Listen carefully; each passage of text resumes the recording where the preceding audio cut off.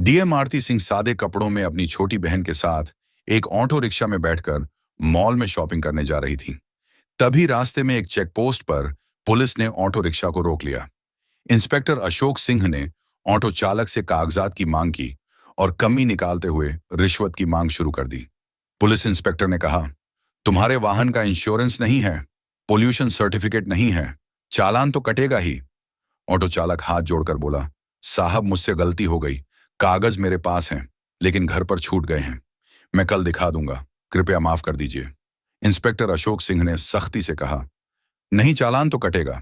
अगर चालान नहीं कटवाना चाहते तो 2,000 रुपये दे।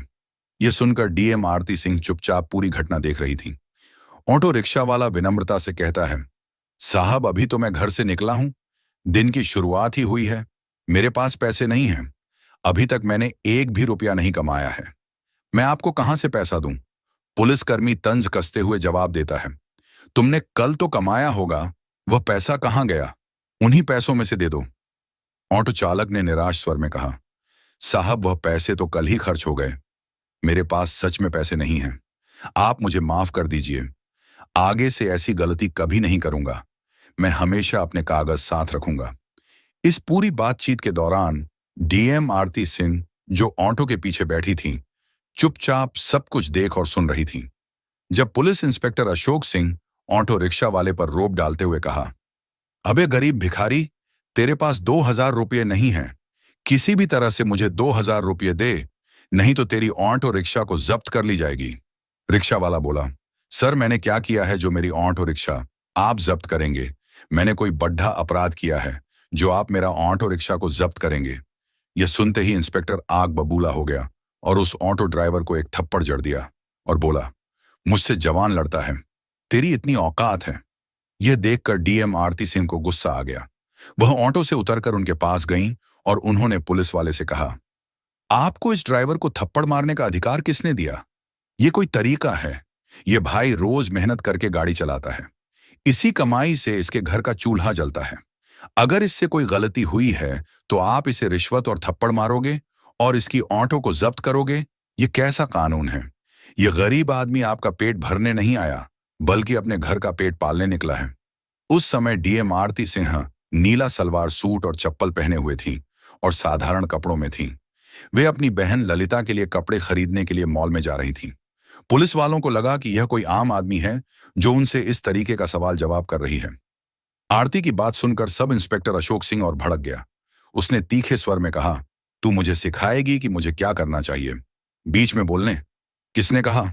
ज्यादा बकवास मत कर, वरना तुझे भी हवालात दिखा दूंगा। मैं पुलिस हूं, चाहूं तो अभी गिरफ्तार कर लूं। ज्यादा अकड़ मत दिखा, समझी? अशोक सिंह को बिल्कुल अंदाजा नहीं था कि जिससे वह इस लहजे में बात कर रहा है वह दरअसल एक डीएम अधिकारी है। आरती ने शांत रहते हुए कहा, सर आप पुलिस वाले हैं तो क्या लोगों को लूटेंगे, गरीबों से जबरन रिश्वत लेंगे? ये जो आप कर रहे हैं ये न सिर्फ गलत है बल्कि कानून के खिलाफ भी है। आरती की बात सुनकर अशोक सिंह आपा खो बैठा। उसने गुस्से में आरती को थप्पड़ मार दिया और बोला, तू मुझे कानून सिखाएगी? तुझे उसी वक्त से देख रहा हूं, बहुत ज्यादा बड़बड़ा रही है। तुझे लगता है कि तुझे मुझसे ज्यादा कानून आता है। ज्यादा गुस्सा मत दिला, वरना तुझे और तेरी बहन ललिता दोनों को जेल में सड़ा दूंगा। चलो जल्दी, ऑटो लेकर भागो यहां से। ऑटो चालक ये सब देखकर डर के मारे चुप था। वहीं आरती ने अपने गुस्से को काबू में रखा। वह जानबूझकर अपनी पहचान उजागर नहीं कर रही थी, क्योंकि वह देखना चाहती थी कि सब इंस्पेक्टर अशोक सिंह कितनी हद तक गिर सकता है। फिर वह ऑटो रिक्शा पर बैठे। कुछ देर बाद ऑटो ने उन्हें कपड़ों की मॉल पर उतार दिया। आरती ने अपनी बहन ललिता को अंदर ले जाकर उसके लिए सुंदर सुंदर कपड़े खरीदे। बाहर से भले ही आरती शांत दिखाई दे रही थी, लेकिन मन ही मन उसने ठान लिया था, इस सब इंस्पेक्टर अशोक सिंह को सबक सिखाना ही होगा। कानून का मजाक उड़ाने वाले ऐसे अफसर थाने में रहने के लायक नहीं हैं। मॉल से लौटने के बाद आरती ने सोच लिया कि क्यों ना थाने जाकर यह पता लगाया जाए कि वहां का माहौल कैसा है।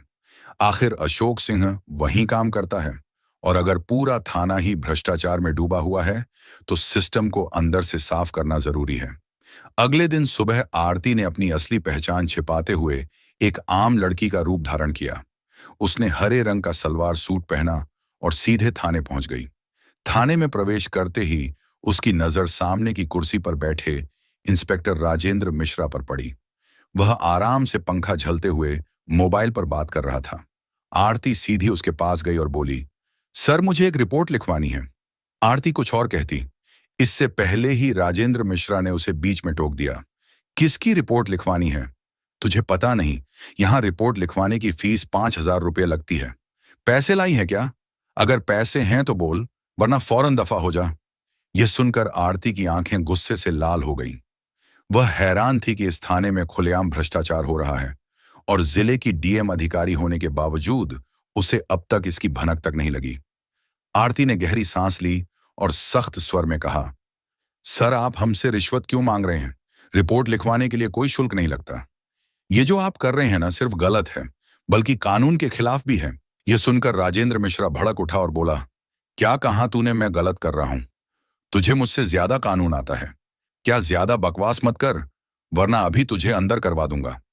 आरती समझ चुकी थी कि यह इंस्पेक्टर भी उसी रास्ते पर है जिस रास्ते पर अशोक सिंह था। उन्होंने शांत रहते हुए पूछा, आपके थाने का सब इंस्पेक्टर अशोक सिंह कहाँ है? राजेंद्र मिश्रा झल्लाकर बोला, क्यों तुझे उससे क्या काम है? मुझसे सवाल मत कर, खुद जाकर बात कर ले। आरती ने फिर कहा, सर आप रिपोर्ट लिखिए, वरना मैं आपके खिलाफ एक्शन लूंगी। आप मुझे नहीं जानते कि मैं कौन हूं। यह सुनकर राजेंद्र जोर से हंसा और बोला, तू मुझे धमका रही है? तुझे देखकर तो लगता है या तो तू भिखारी है, या कूड़ा कचरा उठाने वाली, या फिर किसी घर में झाड़ू पोछा करने वाली होगी। यहां रिपोर्ट नहीं लिखी जाएगी।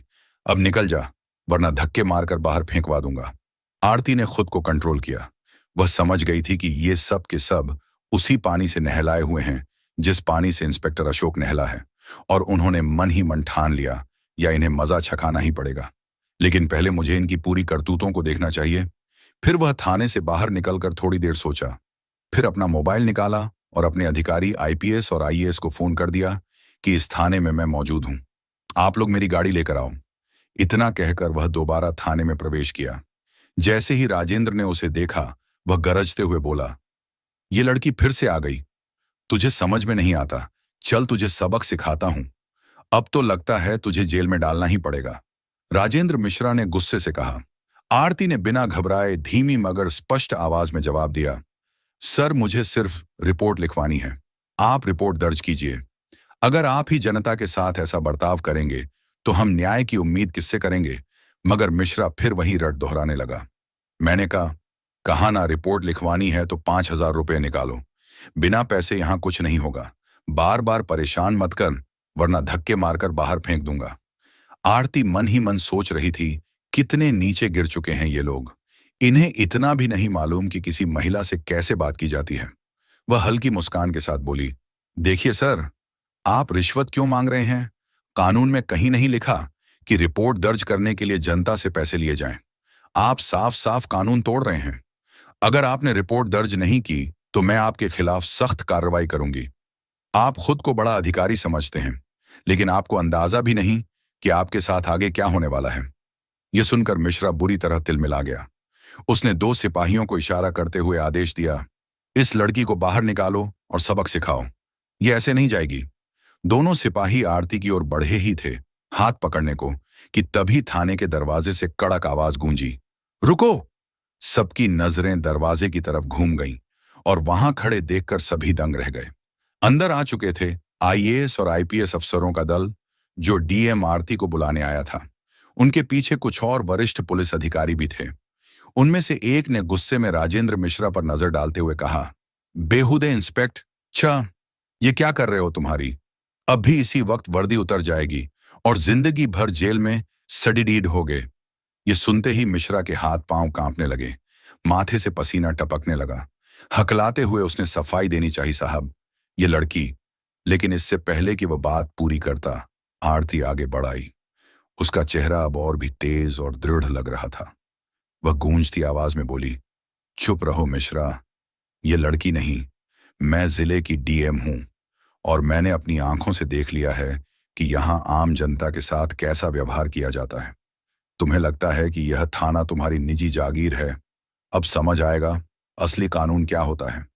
थाने का माहौल बदल चुका था। सिपाही एक दूसरे का मुंह देखने लगे। जिन दो सिपाहियों ने अभी अभी आरती को पकड़ने की कोशिश की थी, वे डर के मारे पीछे हट गए। आईएएस अधिकारी ने गुस्से में टेबल पर जोर से हाथ मारा और आदेश दिया, कांस्टेबल, तुरंत इंस्पेक्टर मिश्रा को हिरासत में लो, अभी इसी वक्त। एक क्षण की भी देरी बर्दाश्त नहीं होगी, वरना अंजाम तुम जानते हो। पूरा थाना सन्नाटे में डूब गया। जो मिश्रा कुछ देर पहले शेर की तरह दहाड़ रहा था, वही अब हाथ जोड़कर गिड़गिड़ा रहा था। वह आरती की तरफ देखकर रोते हुए बोला, मैडम मुझसे गलती हो गई, एक मौका दीजिए, मेरी नौकरी चली जाएगी। लेकिन आरती की आंखों में जरा भी नरमी नहीं थी। उसने ठंडे और कठोर स्वर में कहा, गलती तब गलती होती है जब वह एक बार हो। तुम्हारा अपराध गलती नहीं, आदत है, और इसकी सजा तुम्हें मिलकर ही रहेगी। जनता की आवाज दबाना, कानून का मजाक उड़ाना और महिला का अपमान करना अपराध होता है, गलती नहीं। डीएम आरती कठोर शब्दों में अपने अधिकारी आईपीएस को बोली, इन्हें तुरंत के तुरंत सस्पेंड करो और उनके हाथों में हथकड़ियां लगाओ। यह सुनकर आईपीएस अधिकारी ने इशारा किया और दो सिपाही आगे बढ़कर इंस्पेक्टर राजेंद्र मिश्रा को हथकड़ी पहनाने लगे। थाना परिसर में मौजूद बाकी पुलिसकर्मी सर झुकाकर खड़े थे। जैसे ही मिश्रा को ले जाया गया, तभी थाने के दरवाजे से अचानक इंस्पेक्टर अशोक थाने के मेन गेट से अंदर आया। उसके चेहरे पर घबराहट थी, लेकिन वह हालत को समझे बिना ही अंदर चला आया। जैसे ही उसने डीएम आरती को सामने खड़ा देखा, उसके होश उड़ गए और उसके चेहरे पर वही सीन घूम गया जब सड़क पर उसने ऑटो वालों का चालान काटते वक्त आरती को आम लड़की समझकर थप्पड़ जड़ दिया था। उसे दिन उसे लगा था कि बस एक मामूली वाक्य है, लेकिन आज वह समझ गया कि उसके सामने वही लड़की और उसके पीछे आईएएस आईपीएस बड़े बड़े अधिकारी क्यों खड़े हैं। उसके मन में चलने लगा कि मैंने जिसे थप्पड़ मारा था, उसने डीएम ऑफिस में कंप्लेंट की होगी, इसलिए अधिकारी यहां जांच पड़ताल करने के लिए आए हुए हैं।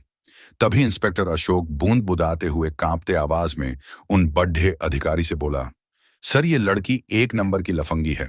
जब मैं एक ऑटो वाले का चालान काट रहा था तो यह मुझसे भिड्डेंच गई और मुझे थप्पड़ मारने लगी। तो मैं इसे कुछ भला बुरा कहा तो यह डीएम ऑफिस में जाकर कंप्लेंट कर दी, जिससे आप लोगों ने यहां आकर राजेंद्र मिश्रा को गिरफ्तार कर लिया। बल्कि आप लोगों को इस लड़की को गिरफ्तार करना चाहिए था। यह बात सुनकर पुर थाने में सन्नाटे छा गए, मानो कुछ बड़ा होने वाला है। तभी आईपीएस अधिकारी गुस्से में एक एक थप्पड़ अशोक के गाल पर लगा दी और कड़क आवाज में बोले, इंस्पेक्टर अशोक, तुम हद में रहो। तुम जिनके बारे में बोल रहे हो, तुम नहीं जानते कि यह महिला कौन है। ये बातें सुनते ही इंस्पेक्टर अशोक की मानो दिल का दौरा पड़ गया हो। उसने कांपते और एकदम डरते हुए आवाज में बोला, सर आप क्या बोल रहे हैं? आखिर यह मैडम है कौन? इससे पहले आईपीएस अधिकारी कुछ बोलना चाहा। तभी डीएम आरती ने उसकी तरफ सीधी नजरें डाल दी। उनकी आंखों में वही आग थी जो उस दिन सड़क पर थप्पड़ खाते वक्त दबी हुई थी। डीएम आरती तेज और गंभीर स्वर में बोली, याद है वही थप्पड़? आज तुम्हें अपनी पूरी जिंदगी पर भारी पड़ने वाला है। इंस्पेक्टर अशोक, उस दिन तुमने सोचा होगा कि एक आम लड़की को नीचा दिखाकर तुम जीत गए, लेकिन असलियत यह है कि उस थप्पड़ ने मेरी आत्मा को नहीं, बल्कि तुम्हारे पूरे सिस्टम की गंदगी को उजागर कर दिया। तुमने सिर्फ मुझे नहीं मारा था, बल्कि उस जनता की आवाज को मारा था जो तुमसे न्याय की उम्मीद करती है। थाने के भीतर ऐसा सन्नाटा पसर गया मानो किसी ने सबकी आवाज छीन ली हो। अशोक का चेहरा पल भर में फीका पड़ गया था। होंठ कांप रहे थे पर आवाज जैसे गले में ही अटक गई। तभी आरती ने गंभीर स्वर में कहा, आज मैं सिर्फ डीएम बनकर नहीं आई हूं, बल्कि उन तमाम लोगों की तरफ से खड़ी हूं जिन्हें तुम्हारे जैसे अफसर हर जगह बेइज्जत करते हैं, चाहे सड़क पर हो, थाने में या दफ्तर में। तुझे लगा था कि वर्दी पहन ली तो खुद को भगवान समझ सकता है, लेकिन आज तुझे पता चलेगा कि कानून सबके लिए बराबर है, पुलिस वालों के लिए भी। बस इतना कहकर आरती ने टेबल पे एक तगड़ा थप्पड़ मारा। डर के मारे सब चौंक गए और चिल्लाई, कांस्टेबल इंस्पेक्टर अशोक को गिरफ्तार करो, वर्दी उतारो और सस्पेंशन की रिपोर्ट अभी बनाओ। आईपीएस अफसर ने बिना एक सेकंड गंवाए इशारा किया। दो सिपाही आगे बढ़े, अशोक के हाथ में हथकड़ी डाल दी। बेचारा बुरी तरह कांप रहा था। गिड़गिड़ा के बोला, मैडम प्लीज माफ कर दीजिए, गलती हो गई, मैं पहचान नहीं पाया था। लेकिन आरती ने उसकी बात बीच में काट दी। कानून किसी की पहचान नहीं पूछता इंस्पेक्टर, सबके लिए बराबर है। तेरी माफी से जनता का दर्द कम नहीं होगा, अब अदालत तय करेगी। पूरा थाना सुन रहा था। पहली बार सबके दिमाग में ये बात घर कर गई अब इस जिले में जो भी जनता पर जुल्म करेगा, उसकी जगह सिर्फ सलाखों के पीछे है। राजेंद्र मिश्रा और अशोक को हथकड़ी पहनाकर बाहर लाया गया, तो बाहर खड़ी भीड़ में हलचल मच गई।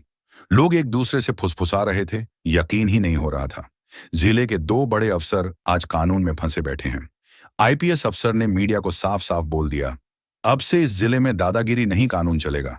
चाहे पुलिस वाला हो, नेता हो या आम आदमी, गलती करेगा तो सजा मिलेगी। भीड़ ने ताली बजाई। कुछ लोग मोबाइल से वीडियो बना रहे थे जैसे कोई ऐतिहासिक पल हो। सिपाही दोनों को जीप में बैठाकर सीधा जेल ले गए।